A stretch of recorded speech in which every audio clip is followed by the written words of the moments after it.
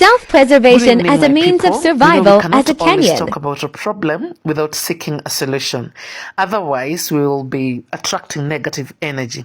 So what do we do as Kenyans? Now, we elected leaders in parliament who are supposed to be a representation of the people. But remember, these are the same members of parliament that are passing all the punitive bills. They are the ones passing the finance bill and so many other bills that are not good for the people. Oh, by the way, there's a bill that is coming up in parliament whereby all freehold titles in Kenya are going to revert to leasehold titles. Do you know what that means? Essentially, people are going to lose their land. It may take time, but people are going to lose their land, and eventually land is entirely going to revert back to the state. Do some research on that.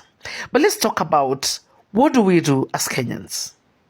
Because your members of parliament go to parliament, they pass the bills, they come to the villages, they cry with you in the barazas, and they say, tutaenda tutaona. In parliament, they lobby, they are blackmailed, they are forced. Everything happens in parliament to make sure these bills pass. Not for your good, but for some other interests. So what do you do, Kenyans? Because these bills will continue passing and passing and passing as we make the noise out here. Now we must start practicing self-preservation as a people. See what the doctors did the other day. The doctors had more than a 50-day strike, and they sort of got a bit of victory without the politicians involved. Self-preservation. That's what every Kenyan community, for example, if you're a community living near a forest, you must come together, form organizations or whatever you have to do to protect the forest near your community. Come together as professional bodies of architects, of engineers, of lawyers, whatever bodies, you must come together and self-preserve. Otherwise, everything is going, my dear friends, everything is going bit by bit by bit, and there's no politician that is going to save you.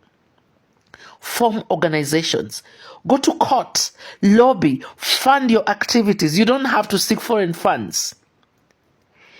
Self-preservation is the way to go, my friends. Because at this rate, we sit back and watch, things are not right, my friends. I saw the owners, the property owners in Kilimani.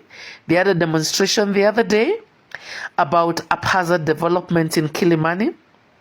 And they talked about doing so many things to stop it. There's no politician right now who is going to speak to save your situation. You must remember you're on your own. So you must come together and seek ways of surviving. Because we are steadily and quickly falling back into a colonial state, and a very bad colonial state. This is not the one for guns, but it's a worse colonial state. Because everything is being sold to the highest bidder. And you know what is being sold? Your freedom. That's what's being sold.